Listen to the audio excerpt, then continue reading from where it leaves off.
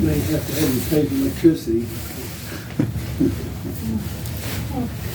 That Shelby chip in. Yeah, take it out of my paycheck. Yeah, I was telling me earlier, Hillary Clinton can get $500,000 for a speech. Imagine when I send you guys the bill. Yeah. Here's if hers is worth $500,000, yours is worth $10 million. Okay. So welcome again this morning, Dr. Markin. Everybody, hey! Standing room only. This is Jewish background of the Bible, part 11. It's going to be 11 out of 14. I was looking at number 13 today. It's 79 slides. So I'm going to split it into 13 and 14. Yeah. That's modern Israel, and that's an important one for anyone interested in what's going on today. So, what were the Jews first called? Well, Hebrews, Abram the Hebrew, starts with Genesis 14:13. Potiphar's wife in Genesis 39:14. See, he hath brought in Hebrew unto us to mock us. Now, there were different explanations as to what the Hebrew comes from. It has to do with crossing. So, Abraham crossed the Euphrates. And also, he was a descendant of Eber. So that's probably where it comes from. Then the Jews were called the children of Israel. Actually, in Hebrew, Bnei Yisrael, sons of Israel. Here's one of the problems in the Bible, is especially in the Old Testament, when you see words like sons, does it mean sons and daughters, or is it just the sons, just the males? Well, actually, it talks about men. Is it just men or is it people? It's hard sometimes to tell. But the children of Israel, the first mention is Genesis 32:32. Therefore the children of Israel eat not of the sinew which shrank. Of course, this has to do with Jacob in wrestling with the angel. Then the children of Israel, Genesis 45:21, and the children of Israel did so, and Joseph gave them wagons. For there fell down many slain because the war was of God, and they dwelt in their captivity in their steads until the captivity in 1 Chronicles 5:22. And that was added later because the events in 1 Chronicles, obviously the captivity hadn't started in 1 Chronicles 5:22. So that part, I'm not saying anyone added to the Bible, but it was put together.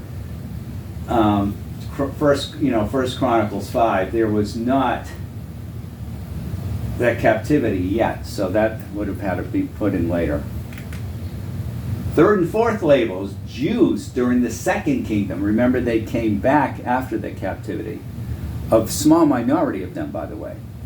2 Kings 16:6, they're called Jews, the book of Esther and Ezra. And the fourth label are Israelis, that's modern Israel. Jewish national sovereignty, we've seen this before. Where you see black is when the Jews were in control, or whatever you want to call them. And in red, it's when others were in control. Conquest of the Promised Land, about 1440 BC. Then 722 BC, the Assyrians took the northern portion captive. 586 BC, the Babylonians conquered the southern portion, did leave some people behind, but not a whole lot. They left some of the poor people behind. The return from Babylon was 538 BC, after the Persians conquered the Babylonians. And then in 142 BC, the Maccabees finally got them political independence, and they had 79 years of political independence. And then they lost that in 63 BC when the Romans conquered, because a couple of the Maccabean descendants, really fourth generation Maccabees, right? There was Simon, Hyrcanus I, Alexander Jannaeus, and then two brothers fighting for control, Aristobulus II and Hyrcanus II, and they appealed to Rome. And this was Rome's chance. They took over the land in 63 BC. So then you had a bunch of messiahs, false messiahs. Yeah, man, we're going to take this land back from the Romans. And the people liked the idea. It worked in the days of the Maccabees. Why wouldn't it work again? And that is a major cause of the Jewish rejection of Jesus. Some of it was the religious issues, of course, the sin nature, the legalism. The Sadducees were liberals, the Pharisees were legalists. But there was also the issue of, let's get this guy's talking about love and peace, and we really need someone to raise up an army. He came into Jerusalem, Hosanna. And then when they saw he wasn't going to beat the Romans, crucify him. That was part of the reason. Then in 70 AD, the Romans conquered Jerusalem. There were still a lot of Jews left in the land. 135 AD, the Bar Kokhba revolt was from 132 to 135, and that was basically the last of it. By that time, most of the Jews were thrown out. They weren't allowed to live in Jerusalem. And then they started coming back around, the first Aliyah we'll talk about today, 1882 AD. Actually, there have always been Jews living there, even after the Romans. But they started coming back individually around 1803. But 1882, there was a wave of immigration. And in 1948, Was that out of Russia? Huh? It was 1882 out of Russia because of the... Yeah, we'll look at the details in this as we go on, okay?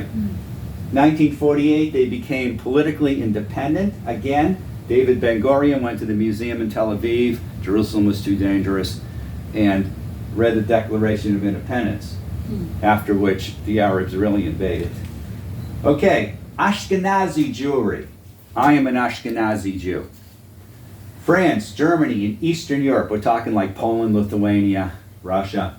Lots of American Jews are Ashkenazi, even though the first Jews that we know about that stepped foot on this land were Sephardic Jews that had come in a boat or a ship from Brazil. 1654. And we tend to be lighter skinned. The fact is, there's a lot of intermarriage. Now, some people say Ashkenazi Jews aren't Jews, they're Russians, they're Khazars that converted to Judaism, but we'll look at that at some point and see why that has been disproven. And even if it's true, what do you do about the Sephardic and Mizrahi Jews? People use it to delegitimize Israel. Genetic studies indicate that maybe Jewish men marry Gentile women. Now, in Judaism, in the Bible, you were what your husband or the male was. Now, modern Judaism, they look at you as, if you're Jewish, if your mother's Jewish, because you always know who the mother is. You don't know, that's probably the reason. You don't always know who the father is. Now, they are not Khazars. Okay, here's why. What is a Khazar? These people, like in the Russian area, that there's a theory that there was a mass conversion of these people to Judaism, and that's what the Ashkenazi Jews are. Okay, I think it's in Russia somewhere. Was Khazars just a group of people in the region? Yeah. Okay. There is no genetic, linguistic, or cultural evidence that Ashkenazi Jews are Khazars. Genetically. Okay, they can test genetics now. The similarities between Ashkenazi Jews and non-Ashkenazi Jews are there. They're different from European Gentiles. Now, genetically, they can do what they call patrimonial lineage. It goes through the father. See, the Y chromosome is passed down from father to son, not father to daughter, but father to son. There is mitochondrial DNA for matrimonial lineage. You can tell what your mother is. So we've got it now where we can tell. They do genetic studies. They go up, in Alaska, I remember the genetics teacher, and he was doing some type of work like that. They try to figure out, who's related to whom genetically. In Alaska, you've got 3 ethnic groups. Basically, Eskimos and Indians, and Eskimos are not Indians. And then you also got the Aliyahs and the Aleutian Islands. But they try to figure some of this stuff out. So culturally, there's nothing there.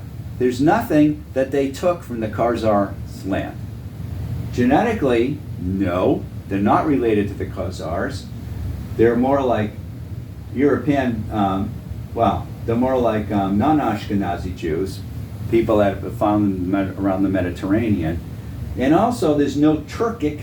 Turkic is a language family. And Yiddish is a sort of a make-as-you-go language. Now, it is like medieval German, some Hebrew, written with the Hebrew alphabet, a little Russian, Polish, when they come here they mix in English, Slavic syntax, which makes some people think Yiddish started like in Russia and then moved west because of the syntax.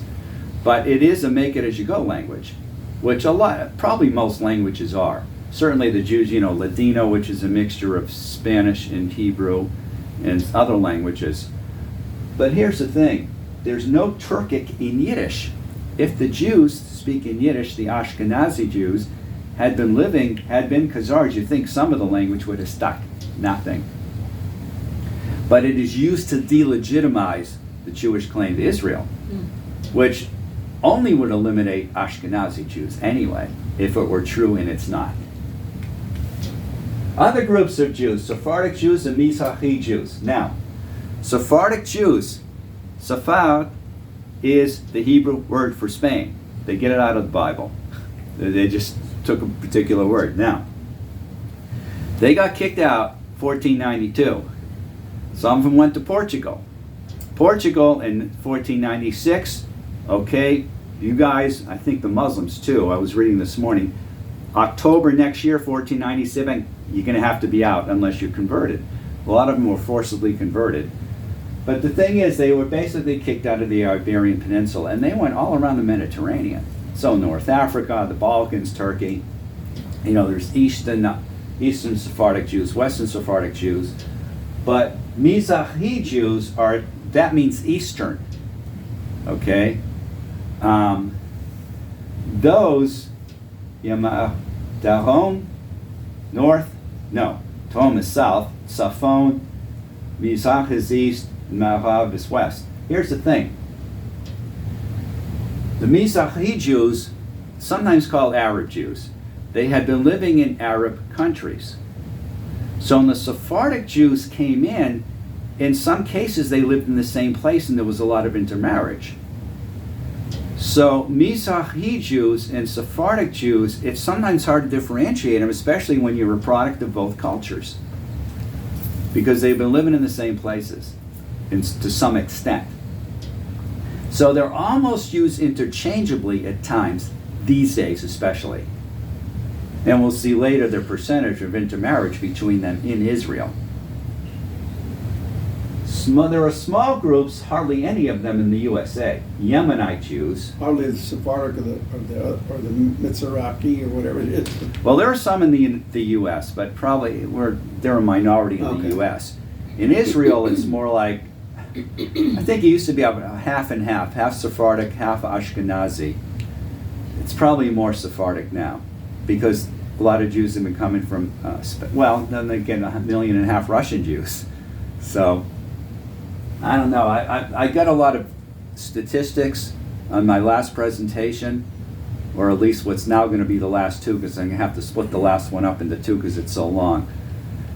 It's hard because you read these statistics and they change. Every 10 years or so, they're different numbers. Ethiopian Jews, Beta Israel and Falashas, and Asian Jews. I mean, some Jews ended up in China. Yeah, they found pockets of them recently, haven't they? I think so. There's all these different groups. Oh, yeah, we're Jewish, and they start looking at them. They might look at them genetically. They look at their culture. What have you been practicing? Well, it was interesting during World War II. Jews were trying to get out. You know who accepted them? Even the U.S. had problems accepting Jews. The Philippines. And then the Japanese came in and took over, and it got real rough on the Jews there. A lot of them killed. Pogrom, Russian, to wreak havoc, to demolish violently, riot. Generally, and this is a lot of this in history, beating, killing, raping, pillaging, vandalizing, and burning. The Pale of Jewish Settlement, okay, 1791 to 1917 was Catherine the Great, and around 1772, I think this was established. It was an area, that's why they say beyond the Pale, outside the Pale. It was an area of Russia where Jews could live. They kind of concentrated them. Think Fiddler on the Roof. If you ever, early 20th century, the majority of Jews lived in Imperial Russia. 40% of the Jews left Russia because of the pogroms. No matter what you say, and I'm not running down any denomination, Roman Catholics with their Inquisition and Crusades, they're nothing compared to the Orthodox. Orthodox have treated the Jews horribly. And if you think they own up to it, we'll talk about this. It's very difficult for anyone to admit that their denomination is a bunch of murderers, that the founders of their denomination, or at least going back generations, are murdering anti-Semites. I have talked with pastors, etc. They just brush it aside. They will not deal with it. Many came to America, some to Canada, Palestine, in Western Europe, and other places such as South Africa. South Africa certainly has had a Jewish community, probably still does. 80% of the Jews in America are now descended from these Russian Jews, Ashkenazi, who were quite impoverished in Russia.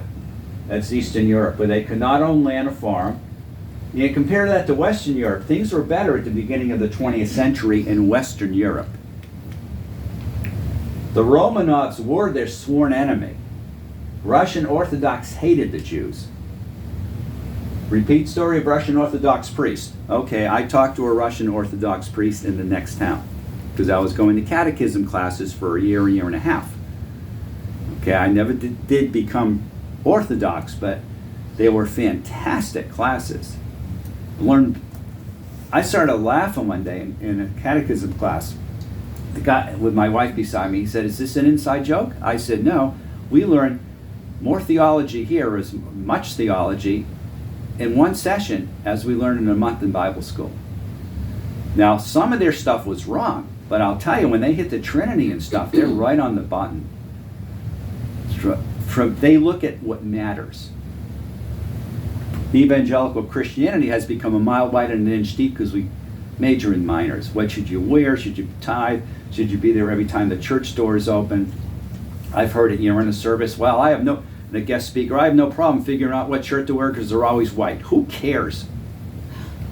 I want the Word of God, not your dress code. But that's what it's like. Okay? Anyway, I asked him about this, actually it was about the Khmelnytsky rebellion in the Ukraine in I think it was 1645, and up to 300 Jewish communities destroyed and 100,000 Jews killed, and that could be an underestimate. He reminded me of Aliyah. October 10th, 1990, she's a girl who went and testified to Congress, I think it was. This is, this story about taking babies out of the incubators in Kuwait, how the Iraqi soldiers invaded Kuwait. She testified, and that's one of, she said this is what they're doing. They're taking the incubators, and the babies are being taken out of the incubators, okay? She wasn't even there. It turned out she was just set up for this. She wasn't in Kuwait. Now I think her father was a diplomat or something. But this is one of the reasons we went to war in Iraq, because of her story. He reminded me of that. It was a lie, an exaggeration, a lie. She wasn't there. How would she know? So is he trying to say the Orthodox killing 100,000 Jews is a lie, or? Yeah, basically it could be an exaggeration, I think is the word he used, exaggeration. And it is hard to know how many were killed. Now the Kishinev pogrom of 1903, they have pictures, they have counts, they have testimonies, but this was the 17th century. So it's hard to get exact numbers. And he said, I just write it off as, not write it off, it's man's inhumanity to man. That's what he said. Now, I'm not running him down. I'm just saying people, I can remember, I mentioned that earlier, there was a guy who gave this great eulogy of Luther. He was a guest speaker in a church I was at. And I asked him afterwards about Luther's treatment of the Jews. He didn't want to talk about it. I'd just taken him off his high horse, and he could not handle that. Yeah, Luther was the Hitler of his day in a sense. Now, he didn't kill anybody, probably. Of course, Hitler didn't either. He just had his henchmen do it. Luther wrote, like the Jews and their lies, and think there were 2 books Luther had against the Jews, and it stirred people up against them. The return. There were many who immigrated individually starting in 1803. And 6,000 Jews immigrated to Israel between 1800 and 1850, but the real mass aliyot were later. Okay, aliyah, in plural is aliyot, it's a wave of immigration. There have been 5 big ones. They call the first, second, third, fourth, and fifth. And we'll look at those. Is Augustine's replacement theology. Again, if you see the church going, the Bible goes like this, and the church kind of goes like that, about 90 degrees, maybe 180, maybe more like 90. Look at Augustine. If anyone did more damage to the church by his teachings, I haven't heard of him yet. Augustine brought all kinds of things into the church which you can't find in the New Testament. And he came up with this idea, maybe he didn't come up with it, but at least his writings survive, that God's done with the Jews. And any promises he made to the Jews that have not been fulfilled have been transferred to the church. What year was that? Augustine? What was it, like 4th century AD, I think? Yeah. And so the major denominations, Catholicism has kind of gone by Augustine's teaching, Orthodoxy. They split, Orthodoxy and Catholicism split. It was in 1054. But what you see is the Reformation was a great revival in Augustinianism.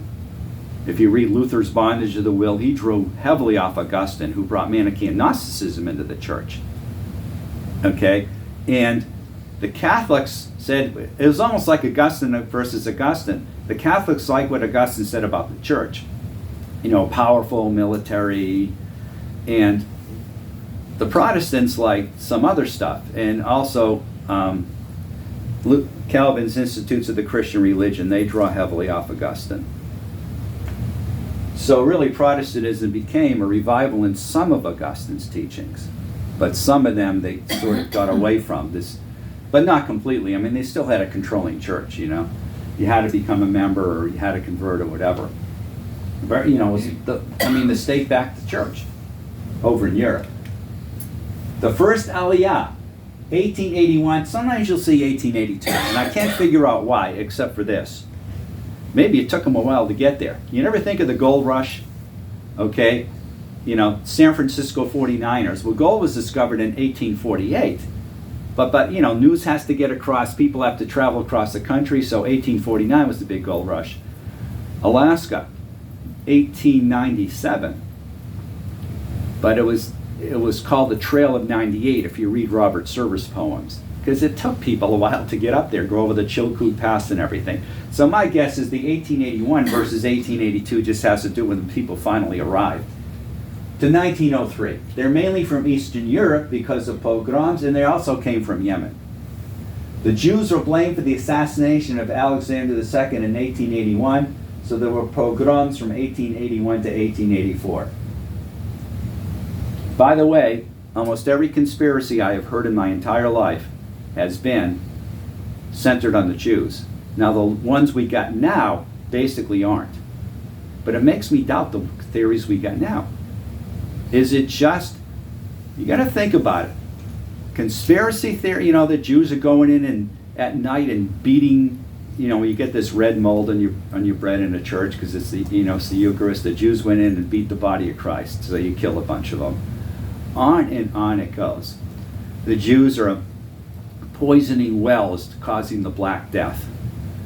The Jews are killing Christian kids to make blood for the matzah because Passover's coming.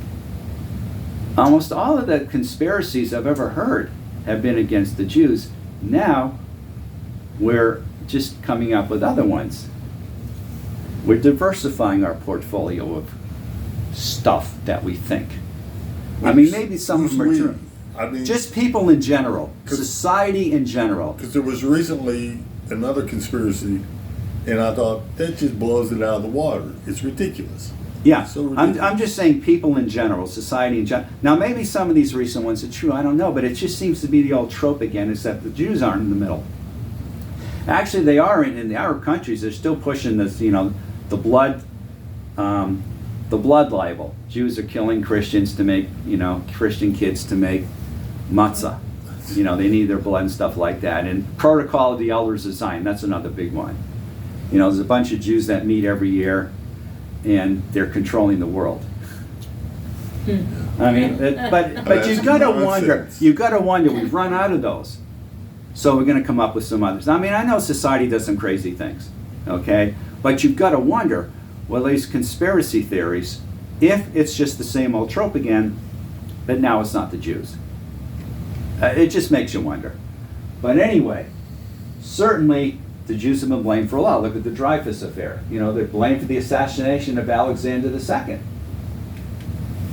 Second Aliyah, 1904 to 1914, 50,000 Jews, mainly from the Russian Empire, some from Yemen. The reason, the Russian pogroms of 1903 to 1906. The Kishinev pogrom, Passover 1903. There's a good book in our library on that, or did I get that on Kindle? I think I got that in our library. Pogroms are due to the failed 1905 Russian Revolution. The Jews were scapegoated. It's interesting that in communism, Jews kind of embraced it because, for two reasons. Jews are highly egalitarian. Communism promised you we'd all be equals. And communism started out not anti-Semitic. Everyone's equal. So a lot of Jews picked up on it. And by the time Stalin came around, it was a different story. But to this day, the most egalitarian people on the face of the earth are Jewish. Don't believe me, go to Israel. Very egalitarian society. But the Jews were scapegoated for the failed 1905 Russian Revolution, so go and kill a bunch of them. The third Aliyah, 1919 to 1923, 40,000 Jews, triggered by the October Revolution in Russia, November 7th, 1917, anti-Semitic pogroms in Eastern Europe, and the Balfour Declaration of 1917. Hey, England says it's time for us to go back. Let's go back.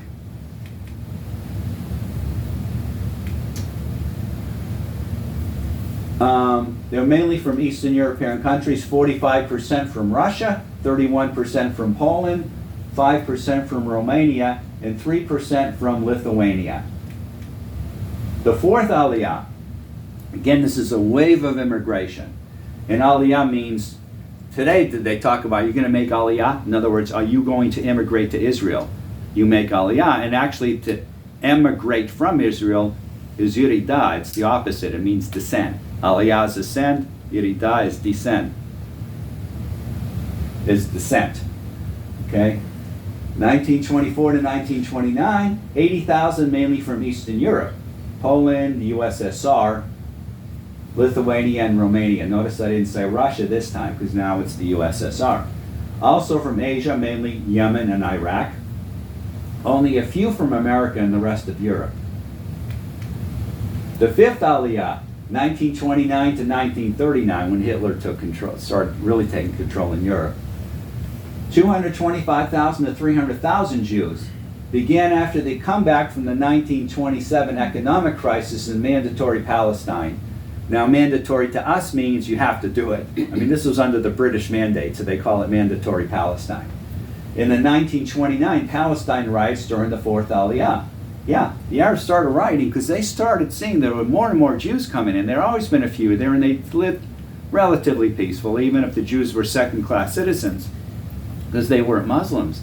But now there were more and more coming. You're starting, it's the same thing happened here. Americans going out west, and what we call the Indians started saying, wait a minute, we're having a lot of our land taken from us. We're not going to, these guys are all over the place. What's interesting is in the riots, they did not simply target those who were new there, but Jews that have been living there for a long time were also targeted. It was indiscriminate. It ended with World War II.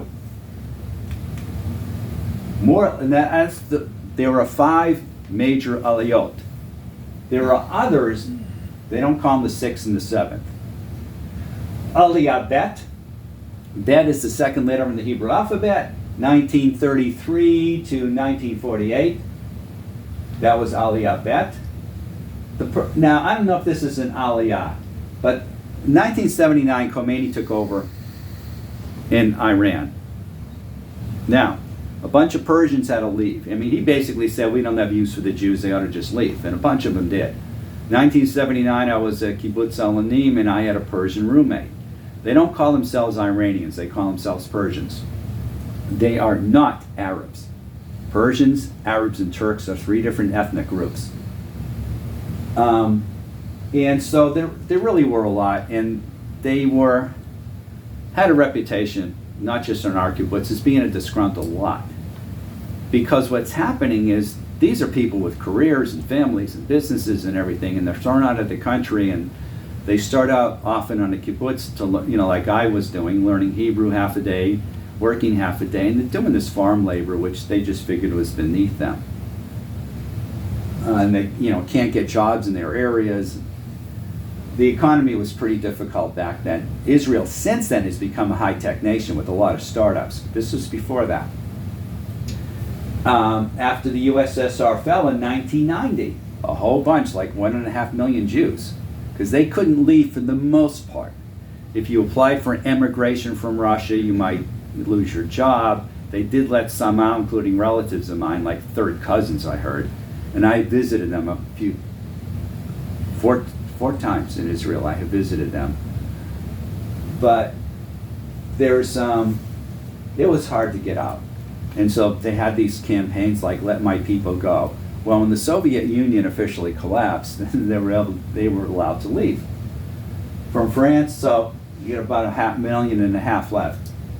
From France, left Russia, the Soviet Union.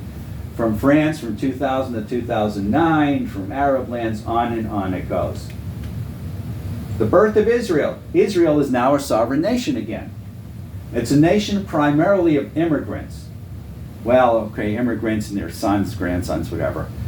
Although there have always been Jews there over the last 1,800 years, mainly in the cities of Jerusalem, Safed as they call it, Tiberias, Tiberia, and Hebron, the four holy cities of Jerusalem.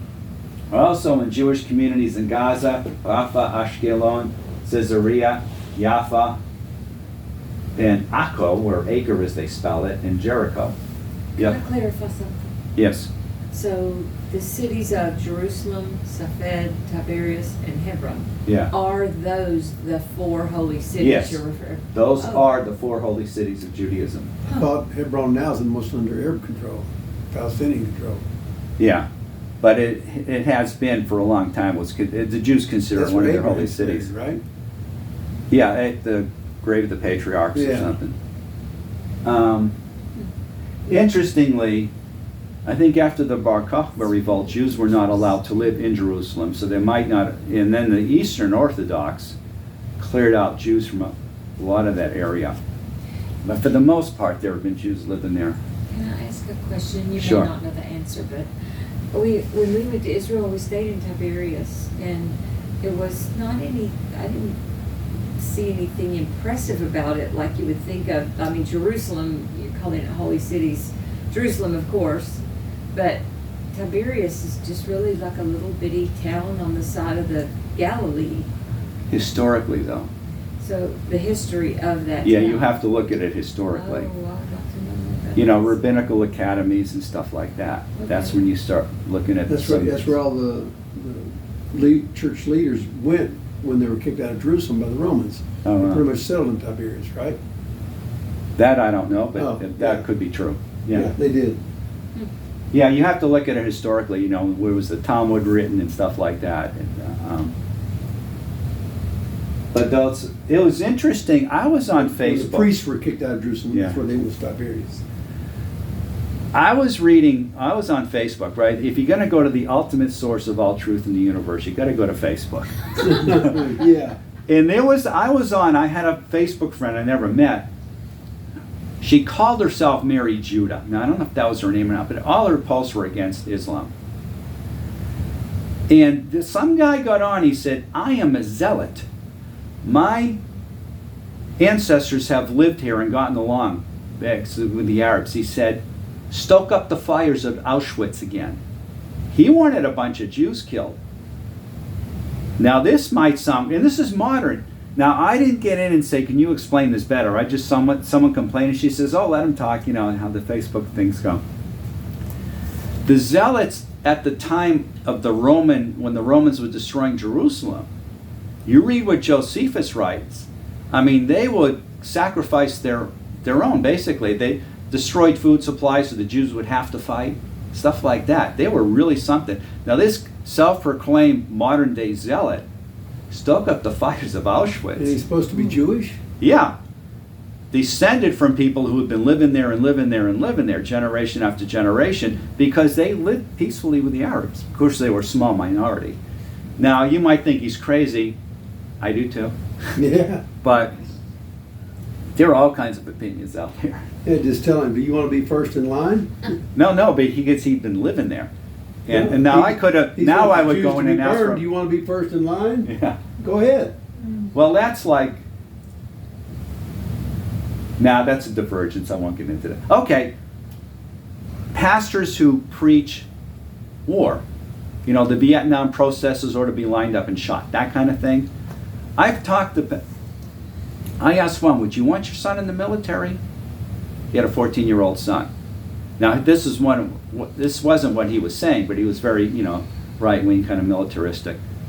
No, something about too much humanism in the forces or something. See, everyone's out for, you know, getting the other person killed, but not their own kids necessarily. You Yeah. just, you know. Actually, Saudi Arabia gets like that. I think it was 1973. One book I read said Saudi Arabia was willing to fight to the very end of, I think it was Jordan.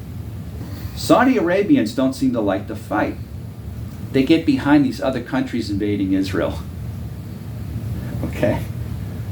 Anyway, it's human nature, whatever, geopolitics being as it is. Jewish refugees between 1948, Israel got their sovereignty, in the mid-1970s, more than 800,000 Jews were driven out of Arab lands, and they lost everything. They weren't compensated. They had to leave their lands, their businesses, blah, blah, blah. Okay? And they were driven Out of the their Arab lands countries that they back had been into living in. Israel. Yeah, well, a lot of them went to Israel. But they were driven out. Land after land, after 1948. Okay, you've got a country, we don't want you here anymore. You know, so you got all these different, these, you know, airlifts and everything else, depending on the war, depending on the time. Operation Magic Carpet, for example, 1949. You know, getting Jews out of Yemen. Yeah, the Middle East, except for Israel, has become pretty free, Judenrein, free of Jews. Some of them have been living in those since they were taken by the Babylonians. You know, Babylonians had a huge Jewish community because, quite frankly, Ezra and Nehemiah, Zerubbabel, Ezra and Nehemiah, most of the Jews did not come back. They had it comfortable. It's like me here in America. I think I want to go to Israel.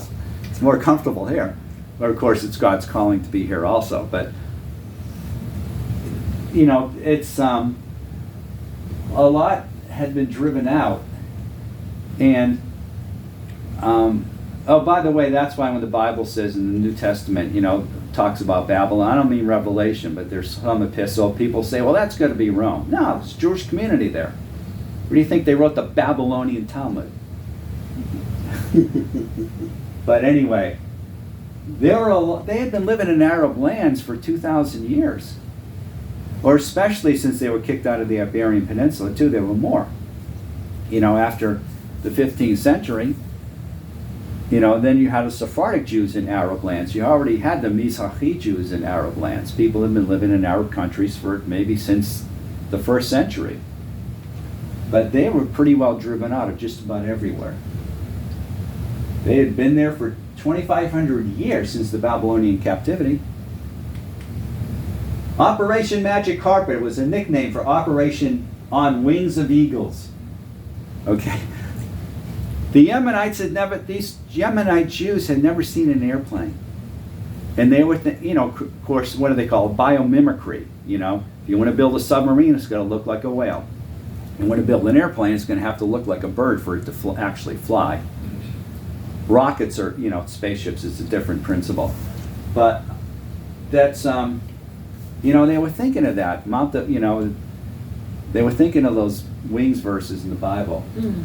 At some point, it was also called Operation Messiah's Coming. June 1949 to September 1950. Okay, after the Israelis won their war for independence. 49,000 Yemenite Jews went to Israel. Now, they walked 200 miles with the Torah scrolls, according to Leon Uris, who wrote Exodus. He also has a book called Exodus Revisited, which is mainly black and white photos. He went back to Israel with a Greek photographer and took a bunch of pictures. And he's got a picture of the Yemenite Jews.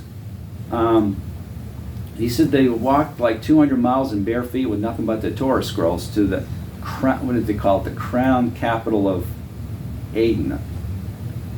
And then they were airlifted out. And again, I think of Jeremiah. Okay? Jeremiah told the children of Judah, submit to the Babylonians. The Babylonians had to know that. I think that saved the Bible. Whatever Bible we had till then. I can imagine these Jews being taken to Babylon carrying the scrolls. And the Babylonians got nothing against the scrolls because they knew Jeremiah was telling them to be loyal to the Babylonians. Jeremiah is one of those scrolls. That's why they weren't all destroyed, even though a lot of the people were.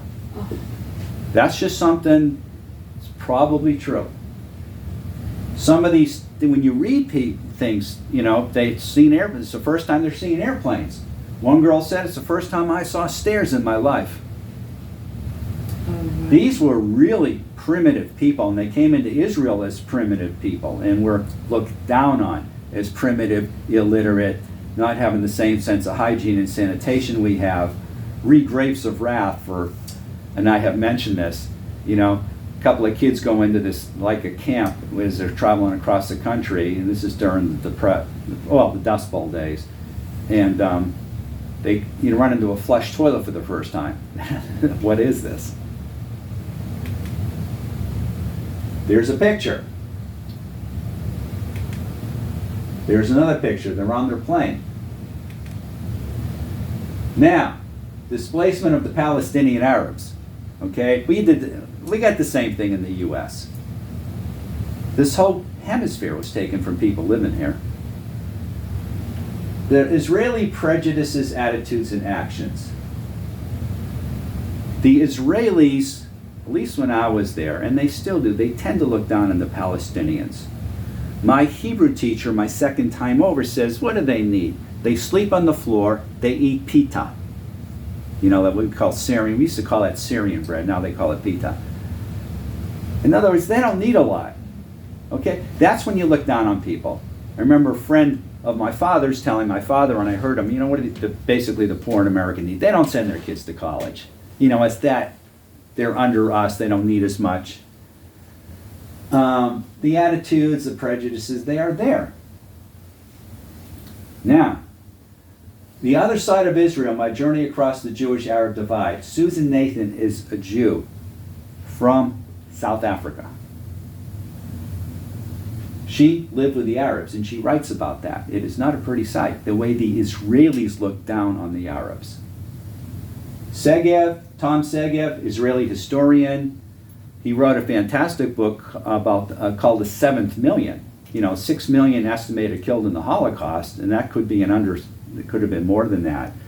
And then you get all these people displaced, they're in displaced persons camps and stuff like that. They go back home, and then the people don't want them in their hometowns. They start killing them. They're wandering around Europe. Where do we go? Great book in this, but he wrote a couple of other books. He wrote a book called One Palestine Complete, but also 1949, The First Israelis, because we have the Freedom of Information Act, they get something like that over there, and now you can see what the earliest meetings, like with David Ben-Gurion and the others, what people were really saying, and it was drive out the Arabs. The narrative is, well, they can live peacefully among us. But it really, when you really look, now that we know what they were saying as the politicians and stuff were meeting, it wasn't quite like that. That's the book. And I think it's in our, no. Not sure if it's in our library or not. I probably got it on Kindle. Sometimes the library books, you know, you can only get them for so long and they're really big. They take you forever to read, so I just get them on Kindle. Then you can make the font really big and everything. I mean, that's an Amazon image. The Other Side of Israel. I think I've still got a copy of that. I read it from, I think, from a library, and then I bought it. Very interesting. There is a land without a people. Okay? Oh, wait a minute. Now, you can see it's Al Jazeera, so it's bound to be propaganda, but almost everything we say about Israel in one way or another is, in a sense. People used to come from all over the Middle East to work in Jaffa and the whole of Palestine. Okay? Now, again, it's slanted. See, what people said was, there's a land with, you know, where people without a land come into a land without a people. A land without a people, who are those? Arabs living there. Land without a people, huh? Who are those? Arabs living there. That's has to do with the trade routes. They had so much business going on in Israel. Now, granted, a lot of them probably came because the British and the Israelis made it good for them. But they really were a majority of the people. Okay? A high-profile delegation representing the Ottoman government came from Istanbul. Land without a people, huh? Who are those? See, the narrative isn't quite right. 2 UN refugee agencies. UNHCR, United Nations High Commissioner for Refugees. It's also called the UN Refugee Agencies. It says if you've been displaced, you're a refugee. Now here's the double standard. The other one, UNRWA, United Nations Relief Works Agency for Palestine Refugees in the Near East, it's for the Palestinians. They get their own agency just for the Palestinians. It's founded in December 8, 1949. So that was after Israel won the war for independence. Considers Palestinians who lived in Israel from 1946 to 1948. And if those Palestinians were male, his descendants, no matter where they're born, to be refugees. I mean, you could be born in the U.S. And if your grandfather lived in Israel at that time, you are a refugee, according to this. It's a real double standard. They want to return the refugees to Israel. Now, they estimate 750,000 in 1948. There are 7 million now. Arabs have a high birth rate. So you can see the double standard. The UN, well, actually, I used to think they haven't done anything good since 1947. That's when they, decided to partition the land. But actually, we'll see when we look at the specific wars, they've sometimes understood Israel's how to do certain things. But the UN is essentially, these days, pretty well anti-Israeli. Sinai Campaign, 1956, Operation Kadesh. It was against Egypt. They wanted to stop terrorists from coming into Israel. They also wanted to remove the blockade of Eilat. Eilat's, that southern port, Dead Red Sea and all that. Now, Britain and France were secretly involved. Here's what upset the U.S. Britain and France did not consult the U.S. That upset the U.S. Israel got control of the Sinai and stopped terrorists from coming from the Sinai. The Bible says, he shall set up an ensign for the nations and shall assemble the outcasts of Israel and gather together the dispersed of Judah from the four corners of the earth. That's Isaiah 11:12. Any questions? What about the 2 million Jews that came out of Russia into America in the late 1800s, early 1900s? A lot here too. I mean, a lot went. They came here. I mean, to get out of Russia, they came across Europe. Some went to Israel, some went to Russia. But 2 million came here. Especially here at that time. That's where Europe. Well, what year was it? What year? After the pogrom, after the assassination of the Tsar. Yeah. And the pogroms that followed over the next 20 or 30 years, 2 million came to America. America was the great place to come. Yes. My 4 grandparents, I had great grandparents. My grandmother, I videotaped her with her story on my mother's side. Okay? They are in Poland, and she said 1918. The Germans came in and said, all Jews have to leave this town. But my grandmother's parents, and I remember my great-grandparents, you're staying. Because you're bakers, you need to bake for us Germans. But they lost their help too, their Jewish help. So my grandmother was a kid. I mean, their family just snuck out of town at night. She's got quite a story there. And then they made it to America. And what it was someone would come to America, earn some money, another one come over, another one come over. You know, it was shipping those days. And European Jews helped them get to America. Yeah, it depends. Hey, did you get that paper that I emailed to you? Oh, yeah. You need to read that. That has a bunch of information about that and what was done here in America to receive the 10 million Jews by Christians. It's an interesting story. Was it good or bad? Good. Yeah, a lot of the... Blackburn Memorial. Oh, Christians taking care of them as they came? Clothing them and feeding them and Yeah. helping them. And they started the Zionist movement to get the Jews back to Israel 6 or 8 years before the World Zionist movement started. Okay, I'll There's have some to really look. good information in that. Historical information that most people don't know anything about. Here's the face of America. The Hasidic groups came mainly after World War II. Okay, like Williamsburg, New York, and all that. I don't think there were a lot living there before the Second World War, before the Holocaust. Now, I am a 3rd-generation Jew. So are my cousins. Probably all of them. Yeah, sure, all of them. And where I grew up, probably most of us Jews, and that was, I think my town was a 3rd Catholic, a 3rd Protestant, a 3rd Jewish. Then again, my 5th grade picture, there was only 2 people that I could recognize as not being Jewish. A lot of Jews in some of those communities. Where probably most of us were 3rd-generation Jews, or even, I know some Italian people, and their grandparents would speak with an accent or something, so 3rd generation, whatever. Now, I had a classmate who's 2nd generation. His father escaped from a concentration camp in Poland and joined the Polish underground, and my father and his secretary helped write an article about him. And he was a classmate. So his father, and I remember his father with the accent, we worked with my father for a bit. So some of us were maybe 2nd generation. But I think a lot of us, as I look at my neighborhood, intensely Jewish neighborhood. In fact, Christmas time when the houses were lit up, it started dark right about our house. Jewish, no, it was, you could tell, it was a Jewish section, And I think most of us were probably 3rd generation Americans because people were coming.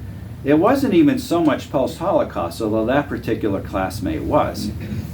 His father had been in a concentration camp. But it was, it was like from 100 years, more than that, maybe the 1918 from my grandmother. Okay? Aftermath of World War I versus World War II. And some from World War II, I'm sure, around, but especially World War I. And it drove a lot of Ashkenazi Jews out of that part of the world. Now, my maternal grandmother is from Poland.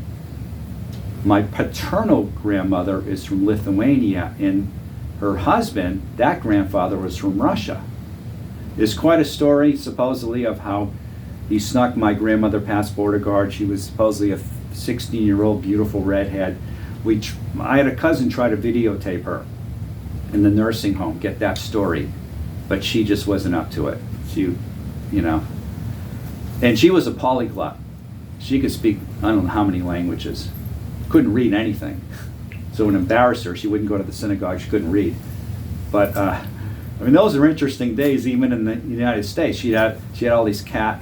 She had a cat called Trixie. It would die. She'd get another cat. I'd call it Trixie. One would follow her into the store, and I had a cat that would follow me up for a mile to take a shower at my pastor's house when our pipes froze in Alaska. So I understand that. And I took off a diamond ring I had from my bar mitzvah, and put it down the shower, and the cat took it and hid it somewhere. I never got it back. Oh, no. But those are the days when you go. I hear my paternal grandmother. She'd open up the milk and smell it before she bought it. I mean, it just days were Oh, different wow. back then. You know, these are but the interesting stories. And now my maternal grandfather, I don't know where he's from. I suppose Russian. Poland. I could ask my mother; she's still alive. You know, but I think a lot of us were, probably the majority of us, when I grew up, the Jews were third generation. If you had gone back to 1900, of course, some of these communities were like swamp and stuff.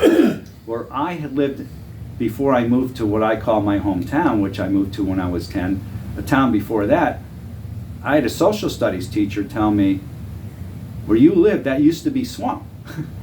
So I can believe it. You know, she was older, much older. And, but it was, a lot of us are third generation. In other words, a lot of the Jews have been here for about a little over 100 years. You know, so we're third, fourth generation, whatever. But there were problems before the Holocaust. So when you So say people were getting third out. generation, you mean your grandparents immigrated here. Yeah. Your parents were born here. Yeah. And then you're born here. Exactly. And your children are fourth generation. Yeah. Yeah. To America. Yeah. And it's probably a lot of it. I can remember just friends. You know, when you meet their grandparents, you know, there was often an accent or something. They came from somewhere. The Jewish friends. Okay. And that was probably rather typical. We had a man here, he was attending our church for a while, and he did his DNA. And he found out he was like 50% Jewish.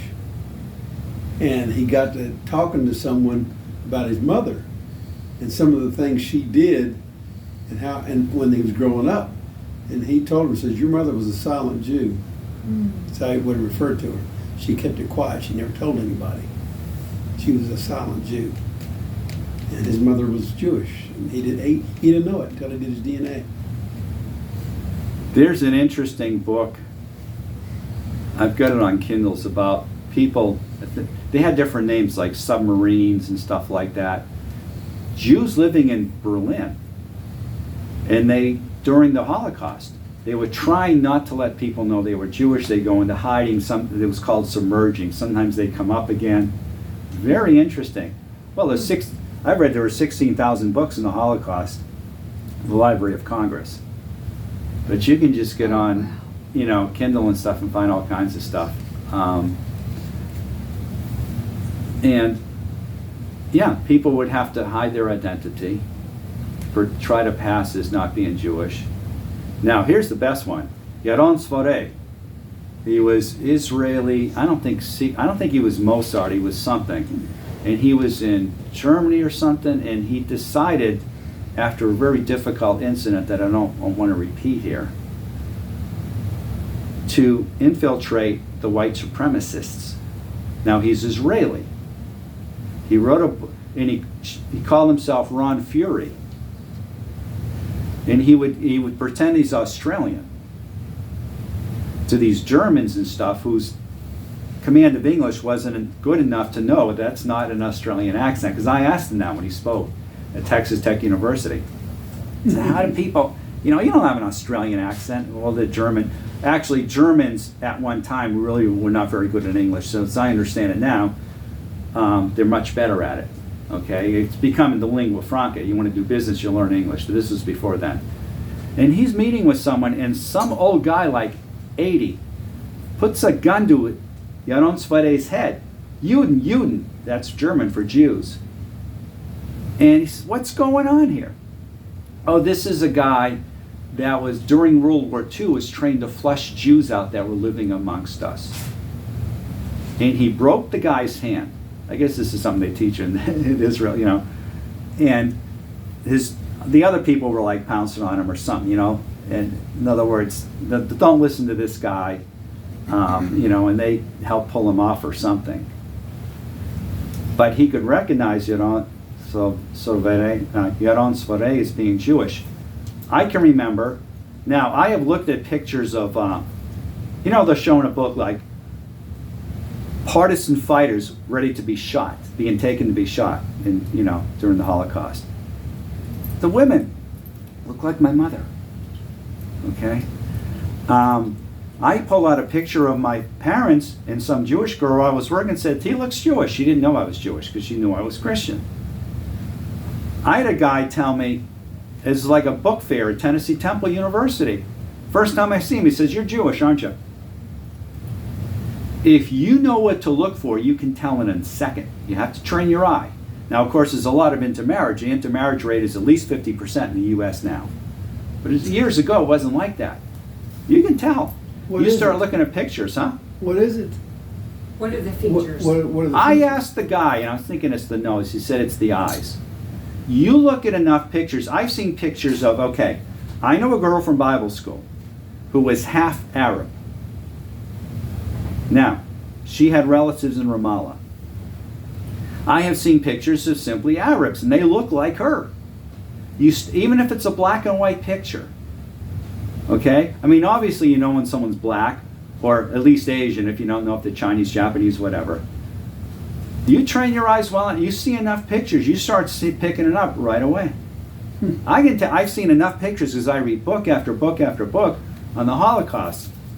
Jewish history, but I've read a lot on the Holocaust. You start seeing pictures, that guy's Jewish, and then you read the caption. It's like, we have facial recognition, and I don't mean AI programs, I mean we can tell even in a distance, maybe even a silhouette. But you can, this guy had been trained to do that.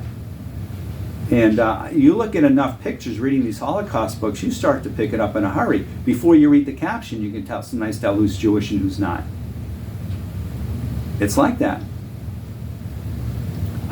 Most of us just I don't don't. see anything special about your eyes. They're brown. I mean, You haven't seen enough pictures. Look at enough pictures of Ashkenazi Jews, okay, and you'll see it.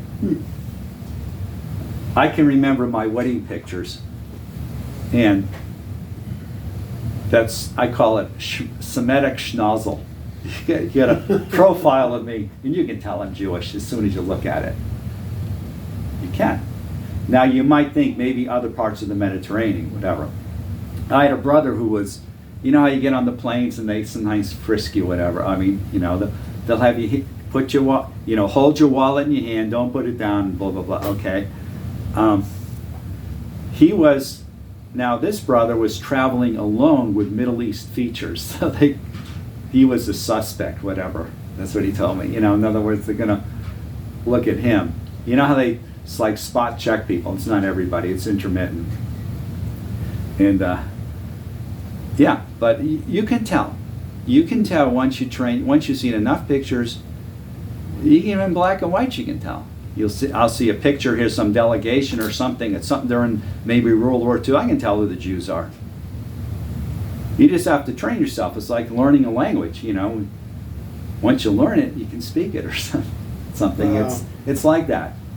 Yeah, it's happened enough times. And my father, he even told me, don't tell people you're Jewish. You don't look it, they don't have to know. Because he grew up in a time where it was difficult. In fact, he's mentioned he was the only Jew in his school, I guess high school, except for his brother. But they can tell sometimes. In him, it's more obvious. It really is. But my mother, too, World War II partisans, fighters ready to be shot, being taken to be shot. That looks like my mother. I've seen enough pictures.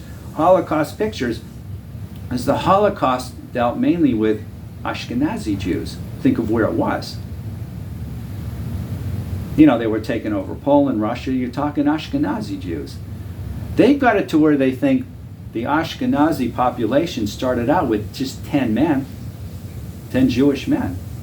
They were married, some of them, eventually there was intermarriage with Gentile women. I mean, they can do these genetic studies. You'd ever hear of mitochondrial Eve? They look at the rate of mitochondrial mutation, and they can trace back to about 4000 BC when it started. you know, they traced the two DNAs back, and patrilineal stopped, but the mitochondrial continued, and they couldn't figure out why. The people that did the study, why is this that the mitochondrial is going further back in history than the male?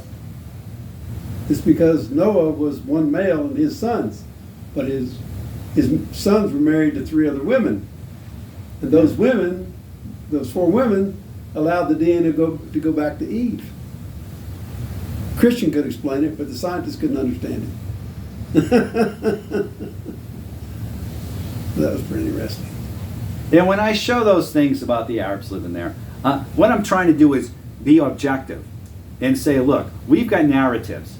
You know, the Arabs, there are hardly any Arabs living there. The Jews came, and it really wasn't like that. There's been enough evidence that there were Arab populations living there. They didn't all just show up all of a sudden because England and Israel made it so nice. But there was no government, there was no country, there was no organized boundaries. Well, they were part of like Syria or Jordan. And by the way, the Arabs, I don't remember the word, it's like clan. Their loyalties, at least historically, have been to their clan, not to their nation. This nation idea that was imposed on the Middle East after World War I by the French and the British. Well, they just drew lines in the desert. Yeah, they just drew lines. That's a European idea. What it is that the Arabs, it's this extended clan. That's your loyalties. You might be fighting for them. You marry within it. Instead of these nations that, you know, national borders were imposed on them by the victors of World War I. Just like the victors of World War II, in this case, the Russians and the Americans were the ones kind of divided up Europe. A peace to end all peace, I showed you last week, and that is in our library. It explains that. That's, you know, that they were these artificially imposed boundaries done European style. Arabs, now these days I don't know exactly how it works. In fact, I remember reading stuff like Saudi Arabia, you know, it was called Saudi because of Ibn Saud. He was the strongest, he killed the most people, whatever, so the British said, okay, we're going to put you in control. And that's why they call it Saudi Arabia. But, you know, the Europeans came in and kind of split things up, and the Arabs, their loyalty is towards their clan, not their nation. Now, it might be different now, but traditionally that's how they've lived. And in fact, you read the Old Testament, you know, Abraham, he arms 318 trained servants. I mean, it was a clan in a sense. You know, if you're a single guy, you're not going to make it alone. So you join up with some of these people, you become a servant, and that's how they function. You know, you could be nomadic and kind of be in places where there aren't the kind of national borders we have today. And that's how they lived, and they had these different, like nation states or even city states, especially in the Old Testament times. Now we're much more nationalistic, and a whole lot of that actually came out of, it was around the time of the Reformation. Nations became important. In fact, when the Reformation hit, if you're in if you're in Europe, the Roman Catholic Church is your church, unless you're further east and it's the Orthodox Church. So your nation didn't matter as much. It was the church. And then nationalism came. And that helped the Reformation, because now you were less attached to your church because you were more attached to your nation. I mean, a lot of things helped the Reformation. The printing press, Luther's writings could get out. And people were just sick of, you know, they were sick of being governed, you know, from someplace thousands of miles away. I can think of a particular international ministry where that happened back in, it's probably around 20 years ago, where you had a head of a ministry who was head of a whole lot of churches. It's Protestant evangelical ministry. And a lot of pastors started saying, you know, we're hundreds of, or thousands of miles away. Why is this guy on top of us? Why do we have a leader over us like a pope? In a bunch of the churches, I read 80, about 80 churches split off, 80 of probably a few hundred. I know much about it because I happened to be in that church for 10 years. But it was a Protestant evangelical Protestant ministry, taught Baptist doctrine, but did have leadership that was much more like the Roman Catholic Church. You had a guy in the top. Only the difference is the Catholics believe in an infallible teaching magisterium, and the Pope's only has to be believed when he speaks ex cathedra, and that last time was 1950. We had a guy who, had apostolic claims, and he's right when he steps behind the pulpit and all this other stuff. But I was in it for 10 years, so I'm quite familiar with it.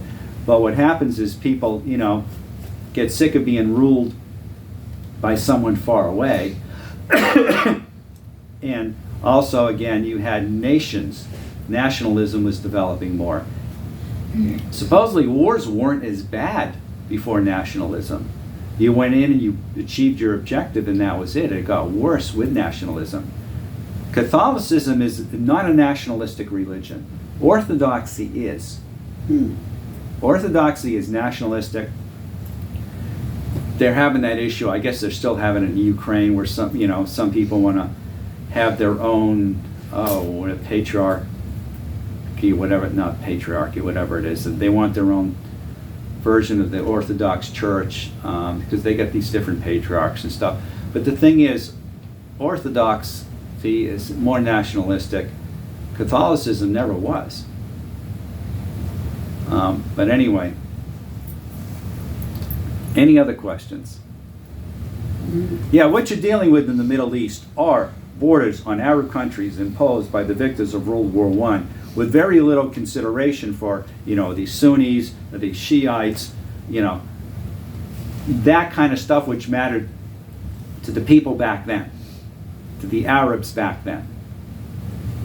And so, hence the book, A Peace to End All Peace. Whether you believe that's going to be true or not is a different story. But anyway, any other questions? Okay.